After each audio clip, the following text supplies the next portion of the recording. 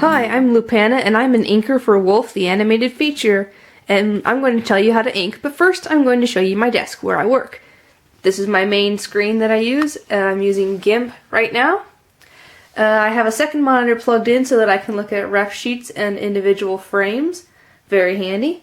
And I have a Wacom bamboo tablet that I use if I have to do any freehand work. And that's basically my desk. Now let's jump to my computer.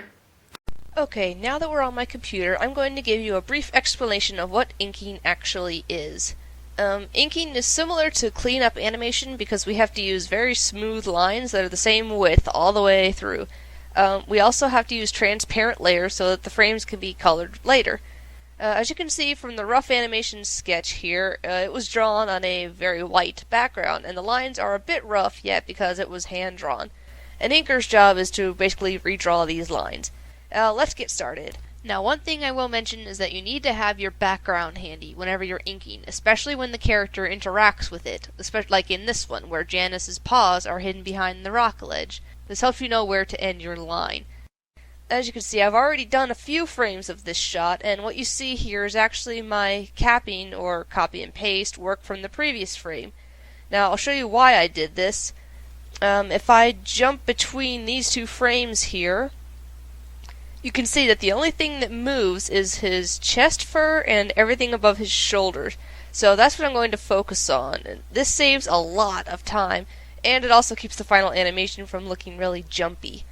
So what I like to do is use the Paths tool, or if you're using Photoshop, it's the Pen tool. This is actually really simple. All you do is click where you want the line to start, click again, and then you press down the Control key and hold it down. Then click, hold it down again, and drag the line, just like that. And you're going to be doing this a lot, and you're pretty much going to know how to stroke lines in your sleep. Once you're satisfied with how the line looks, you can go ahead to the Paths dialog right here. Go to, Paint along the path. And under here, where it says stroke line, you want the width to be 4 pixels. There are a few exceptions to this, but as a general rule, it's 4 pixels all the way. And then click stroke, and presto! Look how smooth that is. Now, I'm going to do this for the rest of the frame, and you'll see how quickly it can be done. Now, while I'm inking this frame here, I guess I can explain how and why I got into Wolf in the first place. I first stumbled across the project back when I was in high school yet, or actually it was junior high. I remember spending a lot of time in the computer lab at my school, and I would web surf when I had nothing better to do. And I stumbled across the project someday, probably from Googling things about wolves. But point is, I stumbled across the project, loved it, and I made some fan art for it. But at the time, I never thought I'd be good enough to join, so I just kind of followed it for several years.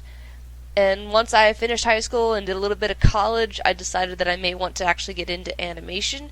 And Wolf presented a perfect opportunity for that, because not only is it all volunteer, and they love wolves, and they care about them, and all of the benefits of the film are going to go to wolf conservation, but I really liked that it didn't matter if I had professional experience or not.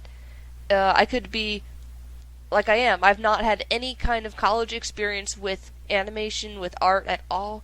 All that I know is self-taught. I mean, I've bought a couple books and I've read up on it, but I don't have any real-world professional experience, and yet I still got involved in this project, and I have learned so much. Like, I can't even begin to explain how much I have learned about animation.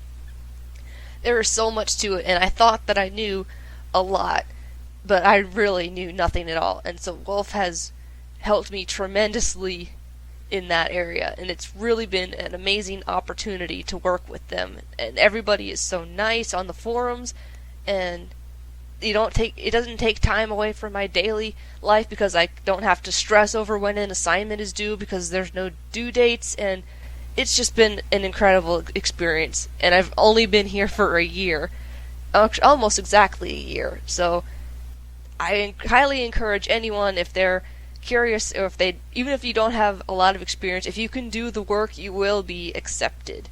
And now that I've been rambling for a couple minutes, it looks like we're almost finished.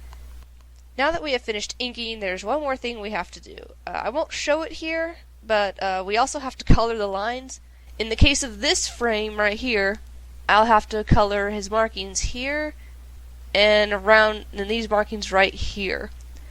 Now the reason I have to do so little of that is because it's a night shot.